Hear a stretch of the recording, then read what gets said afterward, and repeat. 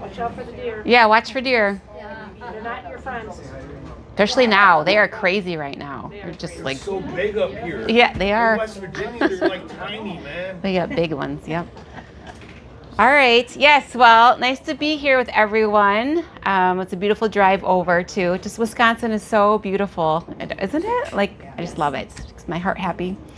But I am Emily Berge, and I am running for Congress to represent you all in Congress, obviously. So, yay. That's what I want. And I'm running I want to have strong communities, so strengthen communities. And that means, so healthcare, housing, household economics. These are the things that make strong communities. Also, we need strong democracy. So protections of our First Amendment rights, voting access for Americans, and big money out of politics. So I believe that you can't have one without the other. So to have a strong democracy, we need these strong communities to happen. Like basic needs that we've talked about, what we heard Sarah Rodriguez talk about. It's really important. So a little bit about me. I'm the Eau Claire City Council President. I've been elected since about 2018. I'm also a licensed professional counselor, been doing therapy in the Chippewa Valley for about 20 years or so. I now have my own private practice in downtown Eau Claire. And then I'm a mom of two young adults. And if I'm honest, they're a big reason why I am running for Congress, because I am worried about their future and the future of their friends, other young adults and children. It's like we're on a dangerous path here. So my whole life has really been about caring for my community and building up strong communities. In high school, I volunteered down in Appalachia, building up homes. I did AmeriCorps in between my undergraduate degree and my graduate degree, serving runaway and at-risk youth. And it's why I chose to become a counselor, to care for my community. And that's why I chose that as my profession, because I love to help people. That's what it comes down to. And so this is what I've been doing with my life, helping people, building strong communities. And then 2016 happened. As again, Sarah and I have a very similar story, actually. But 2016 happened, and I could not believe that our country could elect someone that uses fear as leading. Like way back then in 2016, I couldn't believe it. And I knew then that we deserved better. And so I decided that I was going to throw all of my caring for community energy into organizing. And I joined Indivisible way back in 2017 when it first started. Yes, Indivisible, yes. And I organized with Indivisible, and then people came up to me and they said, Emily, we need you to run for city council because we have a Trumper that we got to get off the council. I said, let's do it. And so me and volunteers, we door knocked every weekend from January until April in 2018. And we flipped that seat by about 26 points. Yes. Because that's what you can do when you work hard and you build community. And that's what we did in that spring. And so my time on council, I will say I was reelected in 2021, and then I was elected by the voters to become president in 2023 because we don't have a mayor in Eau Claire. We're weird like that. So I was elected like a mayor in 2023, and that's what I'm doing now, serving as president. And my time on council, once again, has been it's always about serving my community and making people's lives better. And I did that by solving problems, listening to folks, doing what I could to help. So right now, we're in this housing crisis. It's finally getting the attention it deserves at the national level, but we've been dealing with this at the local level for several years, and we're doing what we can at the local level to make sure that people do have housing, because I believe housing is a right. Also, healthcare. We're doing what we can. Up in Eau Claire and Chippewa, we lost 2 hospitals last year. We lost Sacred Heart and we lost St. Joe's up in Chippewa. People don't always remember St. Joe's, but this has been devastating to our community. To lose 2 ERs within 20 minutes, and it's not even about Chippewa and Eau Claire. It's about the rural areas all around, because they would all come down to Chippewa, a lot of them, and then now there's nothing in Chippewa, they come down to Eau Claire. Now we have 1 ER, we have Mayo, and so that is packed, what we heard from Sarah. And so I did what I could after the sudden closing of these hospitals. I mean, that's a whole nother story I could talk about. But after the sudden closing of those hospitals, I worked the local chamber and I worked with public officials to bring medical facilities back to Eau Claire. And we're slowly rebuilding those services, but we also have a long ways to go. Also, as City Council President, we have PFAS in our water in Eau Claire, and a lot of municipalities do in Eau Claire or in the state or even across the country. And I helped secure millions of dollars to build a PFAS removal facility in Eau Claire so the residents of Eau Claire can have PFAS-free water. So these are toxins in our water that has really huge health consequences. Because I believe it's important that people have access to housing, healthcare, and water. That's what makes strong communities, solving problems, making people's lives better.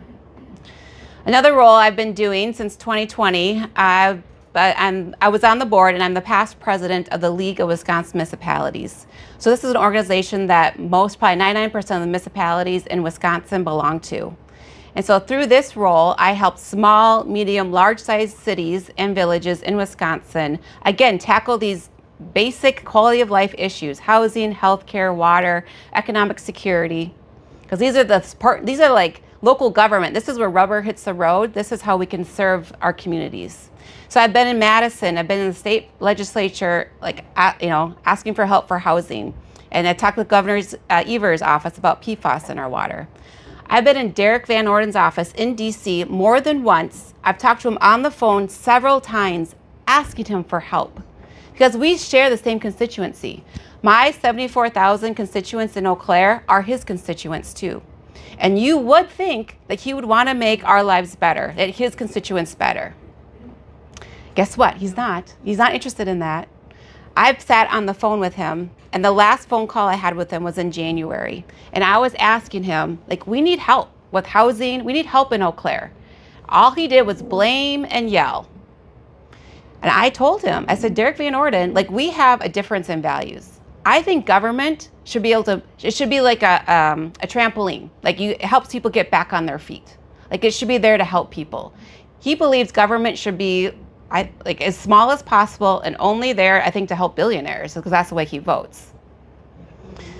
And it was after that conversation was so frustrating that was when I decided to run against him. I'm we deserve, again, I keep saying we deserve better, but that's what I just always think. We need our representatives to care about us, not make our lives worse. And in fact, when I looked at DC, I don't see any problem solving. In fact, they're on paid vacation right now. They're working hard, according to him. Yeah. That's a lie. Yeah. That's not truth. I'm so tired. They're collecting their big paychecks. They still get all their health care, and they're not doing anything. Well, 700,000 people will be losing food assistance in a few days as we hit winter in Wisconsin. Yeah, a lot of us, yes. And healthcare is going to be going up. All while billionaires are getting more billions. I think billionaires are okay. We don't need to worry about them. Yeah. It's everyone else. It's the regular folks in this room that we need to care about. I mean, I care about them, but really, they're doing okay. So this is why I'm running for Congress, because we need to solve problems and make our communities stronger. Food, healthcare, housing, household economics, basic necessities.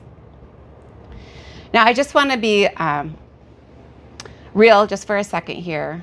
And I've heard it here tonight too, but there's real anxiety right now. There's fear, there's uncertainty.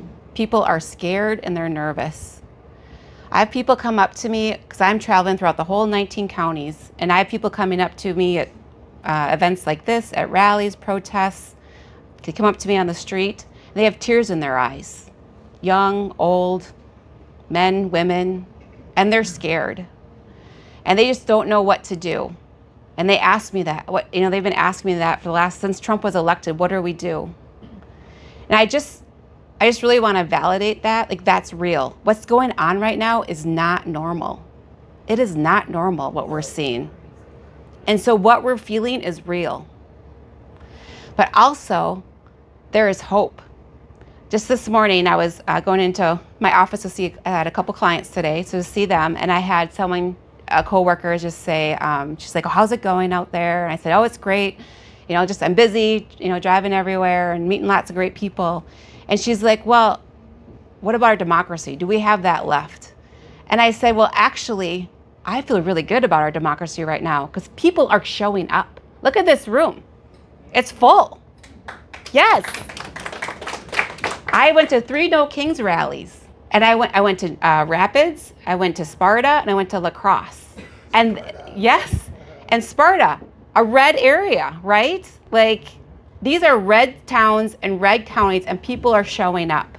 And that's what gives me hope. That is what democracy looks like. People showing up. And that's what we do. Because it's also building community. And that's what I tell people. You need to find your people and build that community. I see relationships being built, and I go to these protests and I hear stories about how they stand next to the same woman every time and now they've made friends. Like they didn't know each other before.